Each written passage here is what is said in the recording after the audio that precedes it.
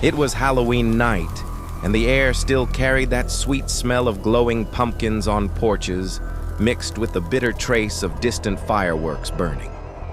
My friends and I walked down the empty street after the party, laughing too loud, still filled with sugar, cheap alcohol, and the teenage thrill of believing nothing could touch us.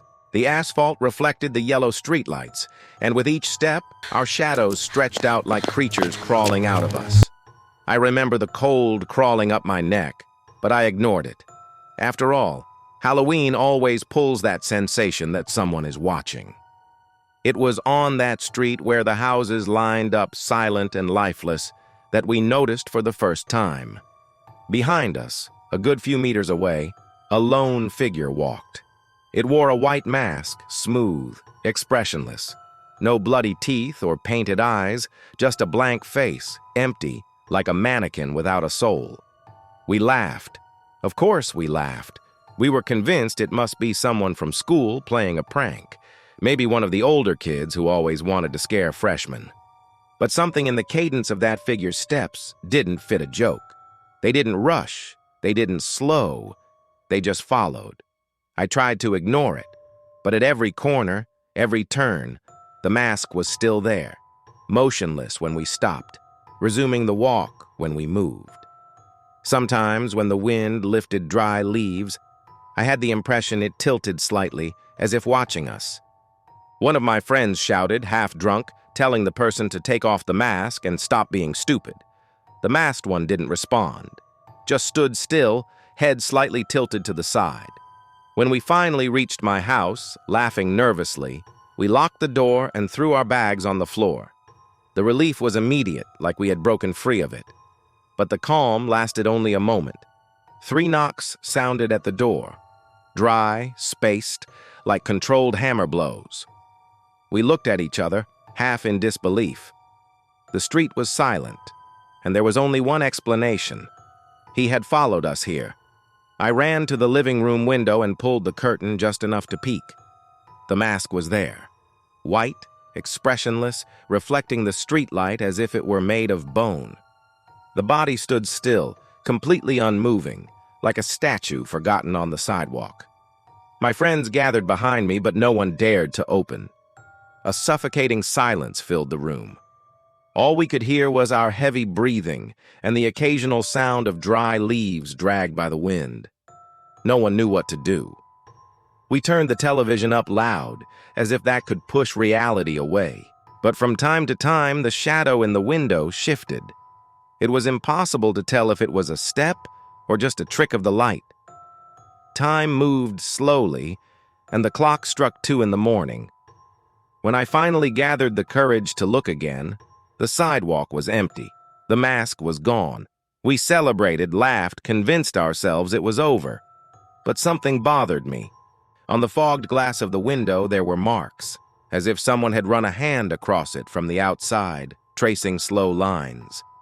I knew that night wasn't over. I couldn't sleep that night. Even with all my friends scattered on the living room floor, some snoring, others rolling restlessly, I stayed awake, eyes fixed on the ceiling. The feeling that the mask was still out there haunted me. Sometimes I thought I heard slow footsteps outside, but when I got up to listen, silence swallowed me, heavy and viscous like liquid. It was almost 3 in the morning when I heard it again. 3 knocks, sharp, on the hallway window glass. The sound was so distinct it couldn't be an illusion. I got up slowly, trying not to wake the others, and walked down the hall. The weak kitchen light only partly illuminated the walls. The glass was fogged, and this time it wasn't just handprints. They were symbols, curved lines, overlapping, forming something between a face and a spiral. When I came closer, I realized they were drawn from inside out, as if the mark had appeared on the inner side of the glass. My heart raced and I went back to the living room, but I didn't tell anyone. I preferred to believe I had imagined it. I pulled the blanket over my head, but sleep never came.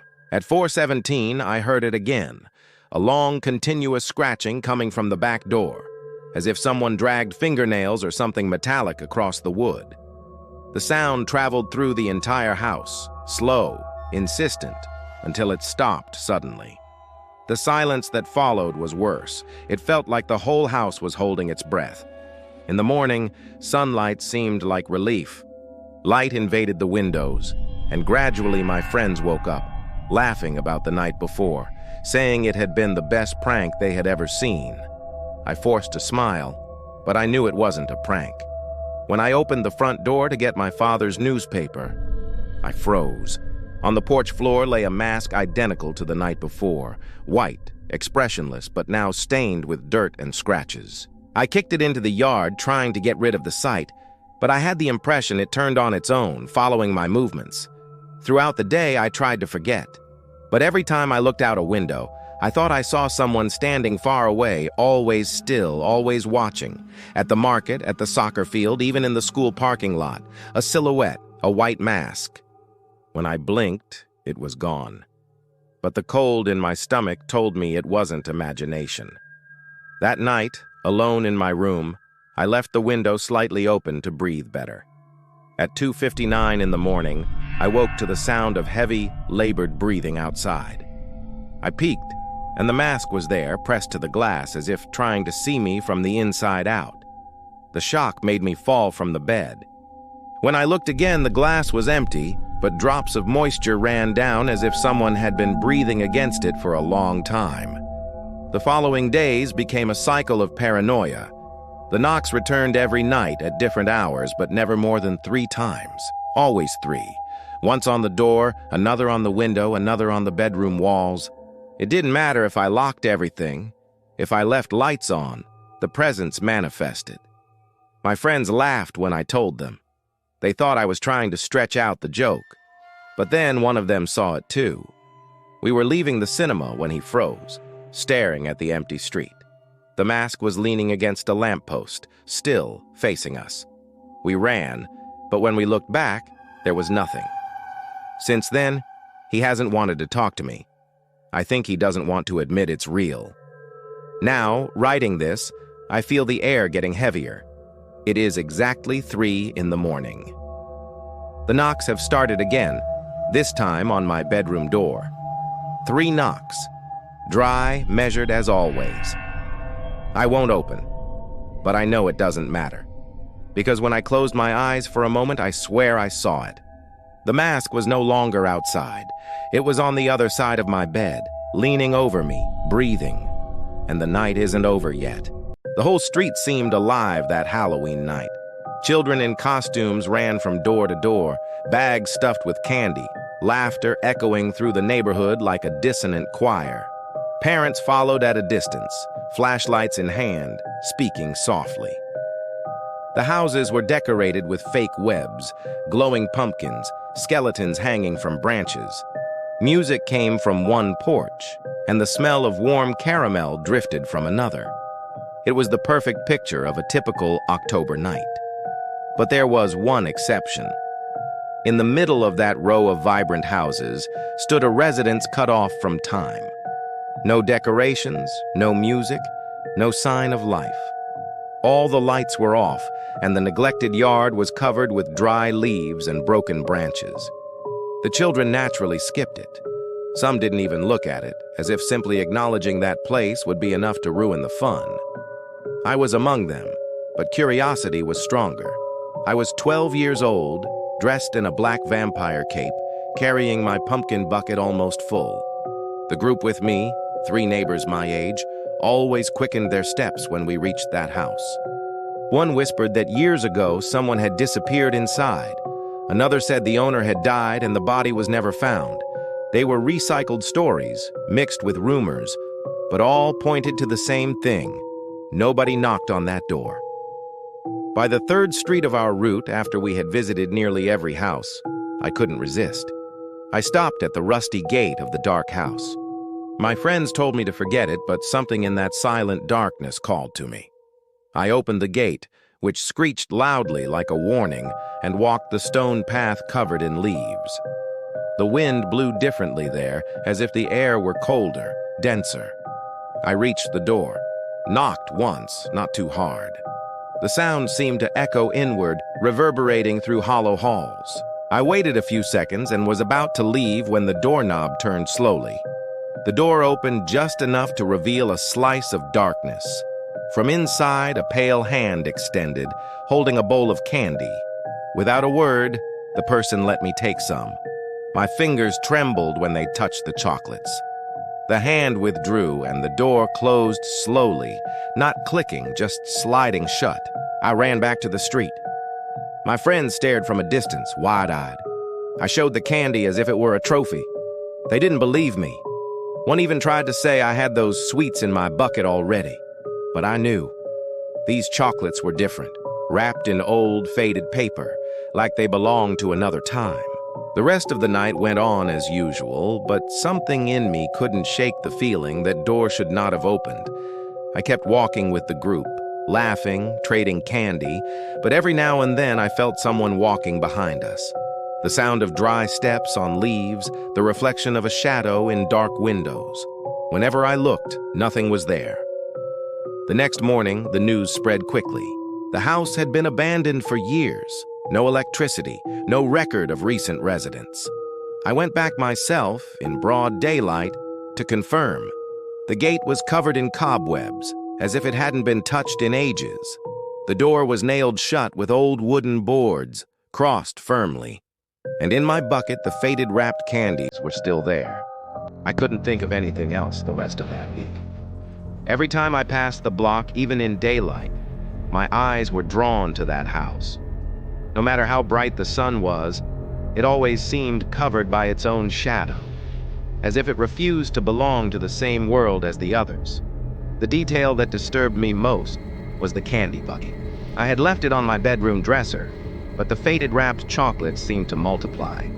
Every morning there were more, some still sealed, others half torn, as if opened and closed again by invisible hands. On Friday night, I couldn't resist. I decided to go back there, alone. I wore the same black Halloween cape, as if it were armor against whatever was in that house. The neighborhood was quiet. No children running, no costumes coloring the streets. The rusty gate screeched again when I pushed it, but this time it sounded louder, almost painful. I walked to the door. The boards I had seen in daylight, crossed and nailed, were gone. The doorway was clean, as if no wood or rust had ever touched it. I took a breath and knocked 3 times. The sound echoed, hollow and deep, and for a moment I thought no one would answer. But soon the knob turned slowly, the same dragging motion as if time itself was slower inside. The door opened a crack, and once again the pale hand appeared, carrying the bowl of candy. This time I couldn't move a muscle. The hand waited, motionless. Then the door opened wider, revealing a dark corridor. No light, no sound, only the smell of dust and damp wood. The hand withdrew the bowl and almost imperceptibly gestured for me to come in. I should have run, but my feet moved on their own, crossing the threshold. The door closed behind me with a muffled thud. The corridor stretched ahead, larger inside than outside. The walls were covered with old, peeling wallpaper, and there were paintings turned to face the wall, nailed strangely. I walked slowly, guided only by the faint glow of a distant candle. With each step, I heard whispers. They didn't come from any one place, but from the walls, the ceiling, even the floor. Voices overlapping, speaking in low tones, almost understandable. They seemed to repeat names, maybe dates. The corridor opened into a wide room. There, on a heavy wooden table, were dozens of candy buckets. Some plastic, some metal, all filled to the brim with those faded wrapped chocolates. What froze me was realizing some of the buckets weren't Halloween ones.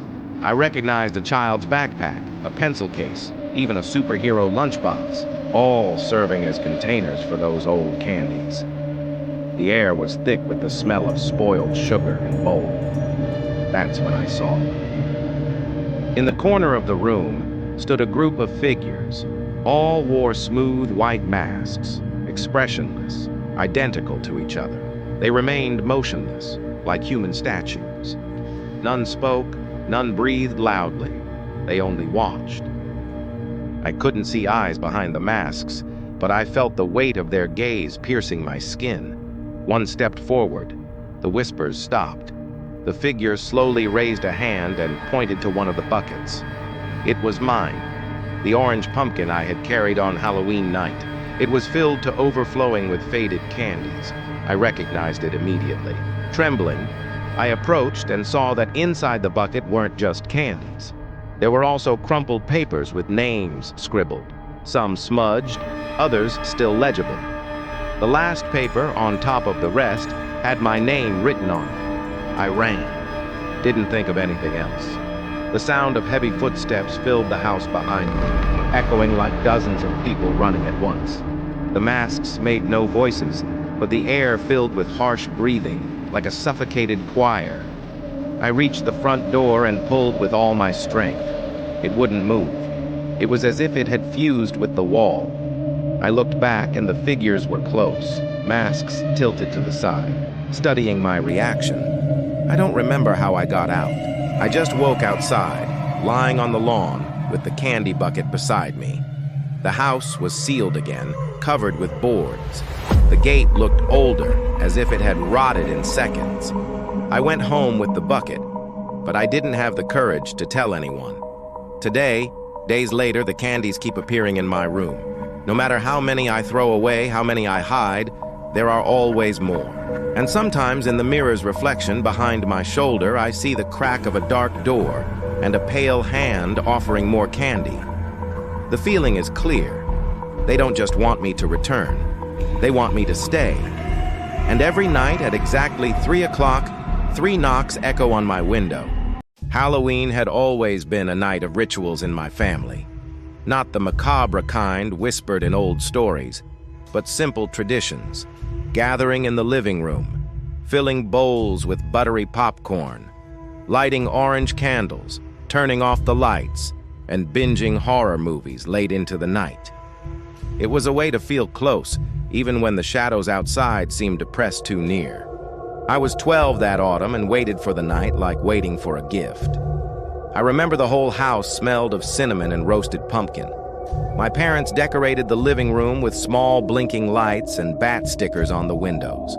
The television bathed the room in screams and monsters. I nestled on the couch between my parents, wrapped in a thick blanket. My younger sister was already asleep on the rug, clutching a candy bucket. The light rain tapped on the roof and the wind creaked through the backyard trees. That's when it happened. In the middle of a particularly tense movie scene, I felt a light tug on the sleeve of my hoodie. I turned, thinking it was my sister, but she was still asleep. My mom looked at me and asked if I had heard it too. I didn't know what she meant, until my sister, half asleep, murmured something that froze the air in the room. "The man is watching again." The silence that followed was strange. My parents laughed, but the laughter sounded forced. They asked my sister what she meant, but she had already turned over and drifted back into sleep. I tried to focus on the movie again, but I couldn't get comfortable. Every crack of a branch in the yard made my whole body shrink. A little later, my dad got up to grab more popcorn. As he passed the window, he stopped for a moment, as if he had seen something. I asked what it was, but he answered too quickly, saying it was nothing. But his face was stiff, jaw clenched. My mom noticed too, but didn't say anything. Closer to midnight, I went to the bathroom. To get there, I had to cross the hallway with tall windows facing the yard. The moon was veiled by clouds, but enough light remained to sketch shadows. That's when I saw him. In the middle of the yard, standing in the fine rain, was a man. Tall, thin, wearing dark clothes clinging to his wet body. His face wasn't visible, hidden under the shadow of drenched hair. He stood perfectly still, feet aimed directly at the window. My heart nearly stopped. I ran back to the living room and tried to tell them, but the words stumbled over each other. My parents rushed to the hallway. The yard was empty. No trace, no figure, only grass swaying in the wind. They told me I was spooked by the movies, but I knew what I had seen. Back on the couch, I tried to convince myself it was imagination, until I heard my sister's voice again, soft, half asleep. "He never leaves." The words echoed in my mind the rest of the night. When the sun rose, I thought the worst was over. But stepping into the yard, I noticed something that shattered me. In the damp grass were footprints. Not mine, not my father's. Long, deep marks, all pointing toward the living room window where we had spent the night. As if the man had stood there for hours only watching. And something inside me whispered he hadn't just appeared that night. He had always been there, waiting. The footprints didn't vanish with the sun. On the contrary, they seemed deeper, as if someone had pressed their feet into the ground for hours, repeating the same stance. My parents tried to explain it away as a neighbor, maybe someone cutting through the yard. But something was wrong. All the prints faced the house, never outward. It was as if no one had entered or left, only stood, watching. In the days that followed, I began noticing details I had missed before. At night, when we went to bed, I heard faint sounds from the yard. Not wind, not branches breaking. Footsteps. Measured, slow, always the same rhythm. When I pulled the curtain aside, nothing was there but the dark grass. Yet sometimes, in the reflection of the glass, I thought I saw a silhouette behind me, unmoving, staring over my shoulder. When I turned, nothing. My sister spoke first again. One night I woke to her crying softly. I went to her room and found her sitting up in bed, staring at the window. I asked what was wrong, and she answered without looking at me. He was closer this time. A chill ran through my whole body. I looked outside, but the window showed only the slow sway of the backyard tree. Even so, I knew she was telling the truth. That Friday, my father decided to prove nothing was there. Armed with a flashlight, he stepped into the yard while my mother and I watched through the window. The beam cut through the darkness, lighting the wet grass. He walked slowly, each step heavy. Suddenly, the flashlight flickered and died. At that instant, we heard loud steps running straight at him. My father shouted and sprinted back inside. He was pale, sweating, unable to explain what he had seen. He only said, breathless, that he would never go out into the yard at night again. After that, the routine changed.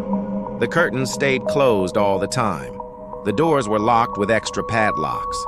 But none of it mattered, because the marks on the grass kept appearing, always facing the window, always deeper. Over time, I began to notice a pattern. The marks appeared mostly near 3 in the morning. I would wake suddenly as if pulled from sleep and hear 3 faint knocks somewhere in the house. Sometimes on the wall, sometimes on the glass, sometimes on my bedroom door. When I got up to check, nothing. Only footprints, wet, gleaming in the moonlight.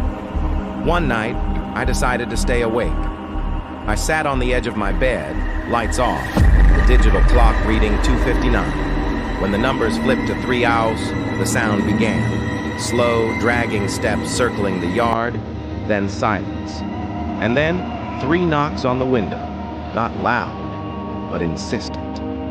My breath locked in my throat. I turned slowly and saw him. The man was there, close to the glass, so near that the outline of his face showed, though hidden in shadow. No eyes, no mouth visible, only the sense of being stared at with sick focus. I wanted to scream, but no voice came. Gradually, he raised a hand and pressed it against the glass, a slow movement as if trying to push through it. When I finally screamed, my parents rushed into the room, but the glass was clean, no marks. They didn't believe me. They just told me to go back to bed. The next morning, though, the marks were there. A handprint, stretched and warped, as if the fingers were longer than they should be, pressed against the outer glass. Since then, I've been afraid to sleep. Every time I close my eyes, I feel him closer. My sister doesn't talk as much anymore, but sometimes I hear her whispering to the empty air. "He's here. He never left. I'm writing this now with the curtains closed, but I know it won't help. It's nearly 3 in the morning, and the knocking has started again. 3 soft, steady taps. The sound vibrates through the walls, the floor, into me. If I pull the curtain back, I know I'll see him. Not in the yard, but closer. Much closer.